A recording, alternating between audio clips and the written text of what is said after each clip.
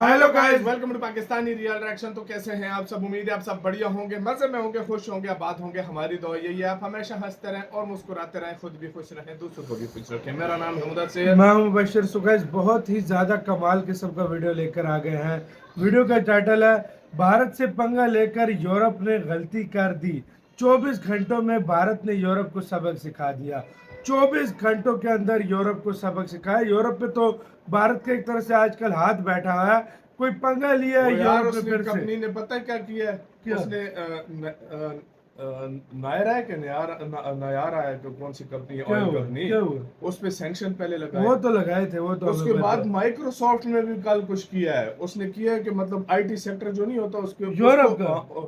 Europe ने फिर IT Bharat sector Microsoft नहीं है उसने पहले भाई बंद कर देखते दिया। हैं हाँ, पूरी सिचुएशन, पता लगी क्या मतलब पंगा लिया और क्या भारत ने उसको सबक सिखाया।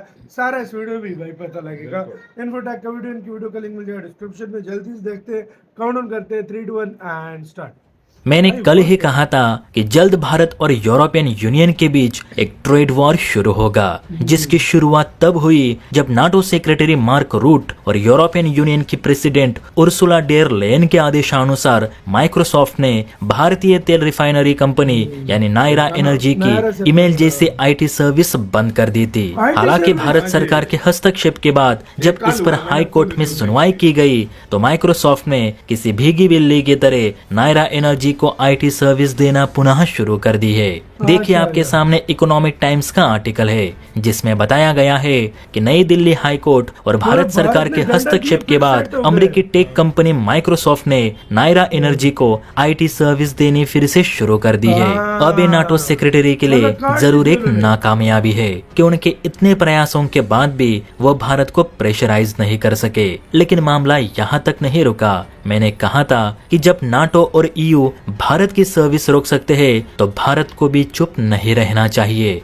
और देखिए, इसी से संबंधित एक बड़ी खबर आज देखने को मिली है।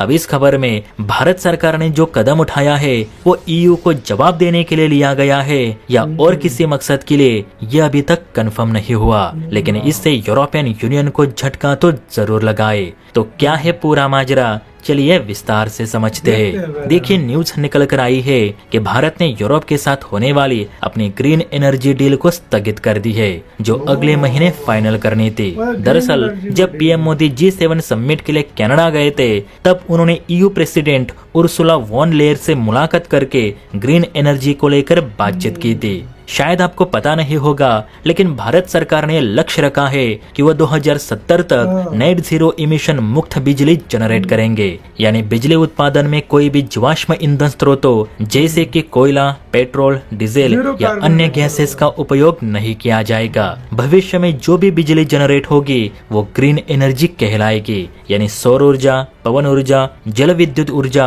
और परमाणु ऊर्जा से ही बिजली जनरेट होगी। भारत सरकार का कहना है कि वो 2050 तक 1000 गीगावाट बिजली जनरेट करेंगे और इसके लिए भारत देश विदेश की सभी कंपनियों के साथ टाई अप करने की कोशिश कर रहा है। अब इसी सिलसिले में पीएम मोदी जी ने यूरोप के कुछ कंपनियों के साथ मिलकर भारत में ग्रीन एनर्जी बढ़ाने की पहल रखी थी, जिसके लिए ईयू प्रेसिडेंट सहमत भी हो गई थी। लेकिन अब यूरोप के भारत के साथ दुर्व्यवहार को लेकर ये बातचीत ही रोक दी गई है, जिससे कि $1 बिलियन का कॉन्ट्रैक्ट ईयू के हाथ से जाने के कगार पे। आपको पता नहीं होगा, लेकिन भारत हर साल वर्ल्ड ग्रीन एनर्जी इंस्टीट्यूट को $350 मिलियन भी दान करता है, ताकि यूरोप द्वारा जीरो इमिशन का जो प्रोजेक्ट चलाया जा रहा है वो जल्द पूरा हो सके। इसके बावजूद नाटो और यूरोपियन यूनियन भारत पे ही सैंक्शन लगाने पे तुले है। ये गोरे जानते हैं कि भारत की ज्यादातर अर्थव्यवस्था क्रूड ऑयल पे ही टिकी है, जिसे अगर भारत खरीदना बंद कर देता है तो भारत भयंकर मंदी के चपेट में आ जाएगा और भारत में मंदी 7वें आसमान को चूमे, यही ये गोरे देश चाहते। अब ऐसा ही प्रतीत हो रहा है। फिलहाल तो भारत ने ग्रीन एनर्जी डील ईयू से रद्द कर दी है और ये पूरा कॉन्ट्रैक्ट टाटा पावर और अदानी ग्रुप को दिया गया है, जो फिलहाल देश की टॉप ग्रीन एनर्जी उत्पाद करने वाली कंपनीज है। अब आप बताइए दोस्तों कि भारत ने यूरोपियन यूनियन के साथ ग्रीन एनर्जी डील स्थगित करके सही किया या गलत? नीचे कमेंट करके अपनी राय जरूर दे। और हाँ, वीडियो अच्छी लगी हो तो बेल आइकन प्रेस करके चैनल को लाइक एंड सब्सक्राइब जरूर करें। जय हिंद। इसी के साथ तो यार वीडियो खत्म। हमारे लिहाज से तो देखो यार, सीधी सी बात है, बिल्कुल ठीक किया। तुम यूरोप पंगे लेता रहे और भारत चुप करके बैठा रहा। अच्छा, एक तो नायरा पे पहले सैंक्शन लगाया, सैंक्शन लगाए। उसके बाद माइक्रोसॉफ्ट ने उसका मतलब टेक आईटी जो आईटी ना, जो हाँ, था जो वो मेल ले लिया था। वो ले लिया था भारत ने वापस। फौरन केस डाला और वापस लिया वो वापस लिया, केस हाँ, करके मतलब उनसे हाँ, वापस लिया। हाँ। उसके बाद इन्होंने ये भी किया कि जो भारत ने shipment बोला आती होगा ना थी, हाँ, माइक्रोसॉफ्ट को, फिर तूने किया तो तुझे भी निकालूंगा जो यहाँ से। ऑयल वगैरह के हाँ, लिए जो शिपमेंट आती थी, हाँ, वो भी उन्होंने वापस की। हाँ, हाँ, फिर नाटो ने ये भी बोला कि हम जो है ना सैंक्शन लगाएंगे अगर जब से रशिया से मतलब ऑयल वगैरह हाँ, खरीदना हाँ, स्टार्ट अगर आपने इस तरह हाँ, कर दिया। हाँ। तो इंडिया ने उसके बाद जो है ना डील पहले कैंसिल की। डील कैंसिल और कर अब दी। मुझे लग रहा है कि मतलब यूरोप ये के साथ जो फ्री ट्रेड डील का सीन चल रहा था ना, अगर ऐसा रहा, नहीं होने वाली। नहीं होना।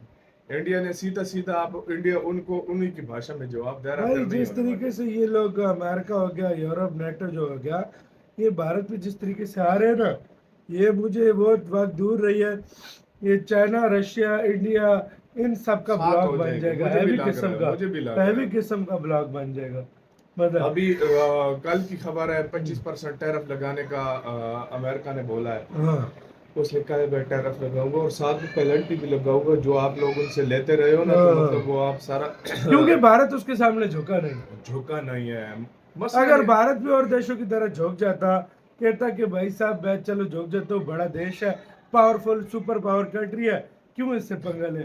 लेकिन बात। भारत का स्वाभिमान जो था वो उसको इसकी सबसे इजाजत बड़ी नहीं देता। बात पता है क्या है? हाँ, अपने देश के लोगों का सोचा है इंडिया सोचा है ने। बिल्कुल। अगर इंडिया न सोचता इस तरह ना, तो मैं लाखों नहीं बोल रहा, करोड़ों लोग मुतासर हो। जाहिर बात है। और करोड़ों भाई लोग। मैं एक आपको सीधी बात कर रहा हूँ, जो भारत ये सिस्टम कर रहा है बहुत ही अच्छा है। और देखा जाए ना, अभी ये जो यही कॉन्ट्रैक्ट अपनी कंपनीज को मिल गए हैं, हाँ, और अपनी अपना कंपनी पैसा से अपने मिल गए। पास। और हर सबसे साल यूरोप को ग्लोबल वार्मिंग से लड़ने के लिए $350 मिलियन, तकरीबन 3,000 करोड़ देता है भारत। बिल्कुल देता है।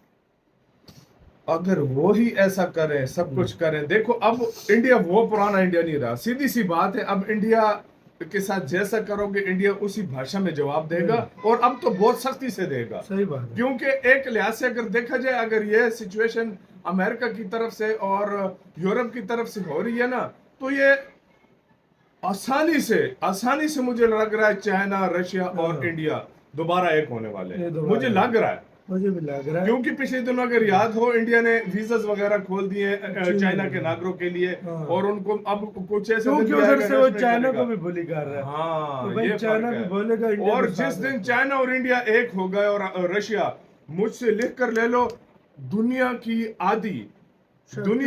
आधी जो इंपोर्ट जो एक्सपोर्ट है ना, वो रुक जाएगी यूरोप को और अमेरिका को, सही बात। अगर ये एक हो गए तो आपका क्या इसका कहना है, अपने राय बताना, अपना बहुत ज्यादा ख्याल रखना।